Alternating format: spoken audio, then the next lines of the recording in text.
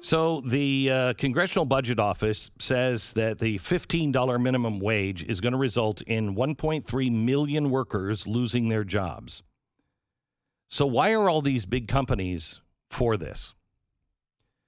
Because the Amazons are probably paying $15 an hour already, and if they're not, they'll be protected. They'll be fine getting $15 a wage. They can afford it. Who can't afford it? The small businessman. The small businessman cannot afford a $15 an hour wage. If you have somebody who has really very low skills, and I'm just thinking of my father's bakery, and they're scraping the floor, cleaning things, washing pots and pans like I did when I was a kid, I got minimum wage. If minimum wage was $15, my dad couldn't have afforded it, but if he did, he would have hired probably another baker to help him that also did those things. So, or it would go on the back of somebody else or him. So the big companies are doing what they did during the Great Depression. Because of Jay Leno, I am becoming this massive car fan. Old cars are just like, I just love them. And it's because I watched Jay Leno, and I just think they tell amazing stories. I've always wanted an Auburn or a Duesenberg.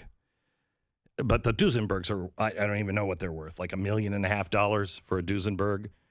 And they're crazy. They're great cars.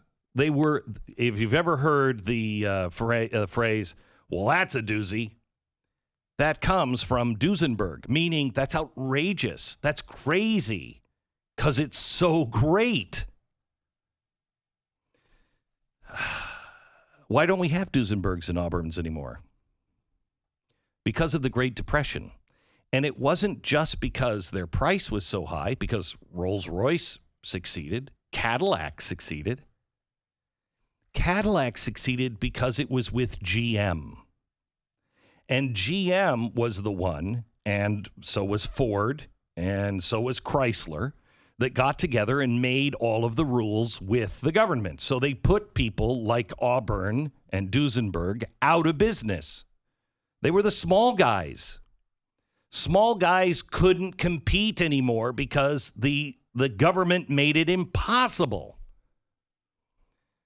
That's what's happening. And we are developing an oligarchy now. Big businesses don't mind this. It's the small businesses, and it's the little guy getting hurt. But they love that too. Why? Because then they can push for basic minimum wage that everybody gets, X number of dollars every month, whether you do something or not. The big guys keep making money. You have a hard time making money, but they'll give you a little dole. It crushes the American spirit. It crushes what we are.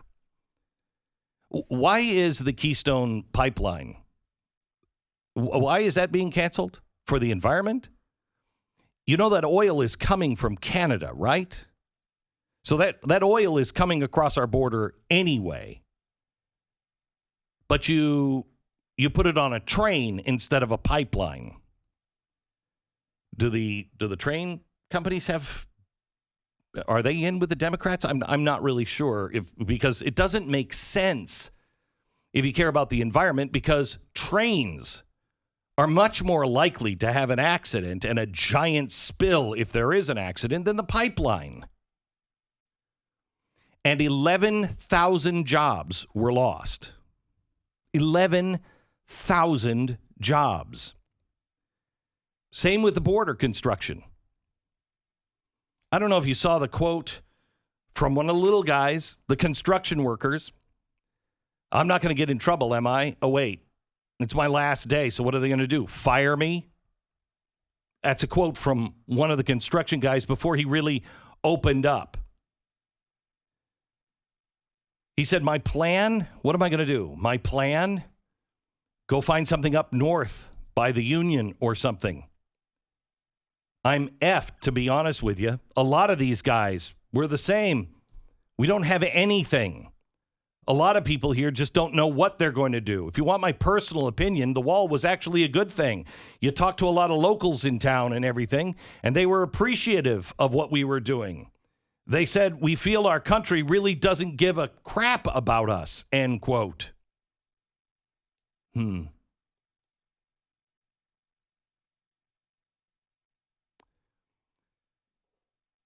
So the little guy versus the machine. Now, what about the guys? What about the guys who should have justice come down on them? For instance,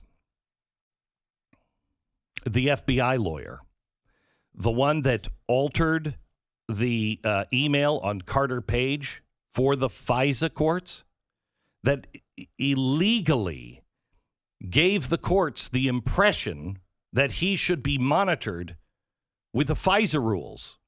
That's the biggest invasion of privacy we can have. It is such an abuse of power, and he knew exactly what he was doing. Well, he just went through court.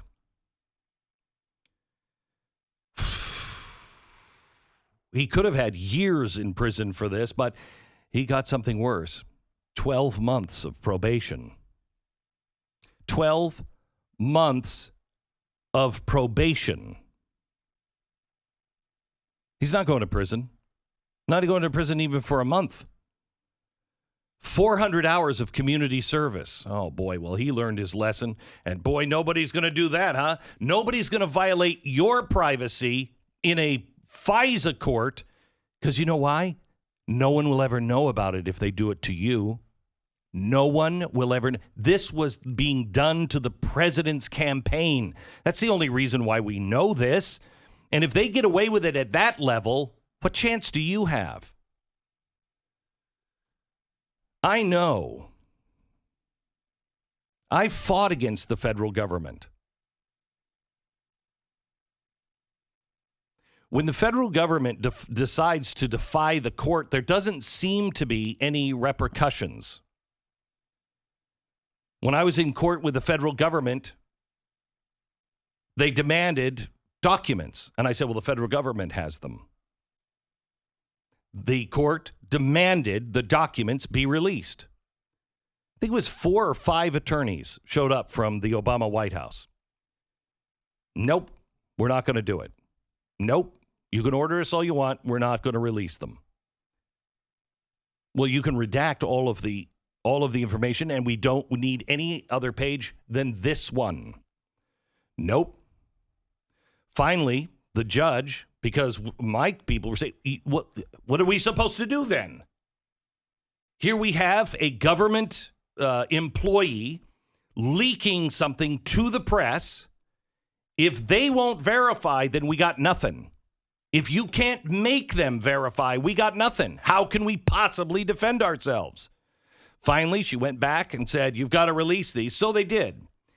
300 pages, all of them redacted, every word redacted. But we found the page where the redactions were the exact same pattern as our page. Nope, not good enough. If the federal government decides to not play by the rules, you have no recourse. This is why you don't want an all-powerful government. Because they can do anything and there's no police to run to. When the police are bad, ask African Americans. Ask anybody who lived in the South in the 50s, in the 60s, what it was really like before the feds got involved. Still bad after that. But when the cops could do anything, you're not going to the cops. Somebody robs you? Oh, yeah, probably somebody with power in town that knows the sheriff, and they're not going to do anything because the sheriff might be getting a cut. What are you going to do? What are you going to do, like, for instance, the Lincoln Project? John Weaver longtime GOP operative who helped advise John McCain, John Kasich. He was the co-founder of the Lincoln Project. Now, the Lincoln Project was really, really helpful, apparently, to the Democrats. We warned you about the Lincoln Project. Well, now, the New York Times has done a story about how he had made sexual overtures to young men, offering help to get into. This guy is the Weinstein of politics. Now, the New York Times is just coming out of this. However, they've known since 2004. Let me give you this from The Atlantic. The details vary slightly according to which insider tells the story, but the main point is always the same. After Weaver went into business for himself and lured away one of Rove's top employees, Rove spread a rumor that Weaver had made a pass at a young man at a state Republican function. Weaver won't reply to the smear, but those close to him spoke of their outrage at the nearly 2 decades old lie.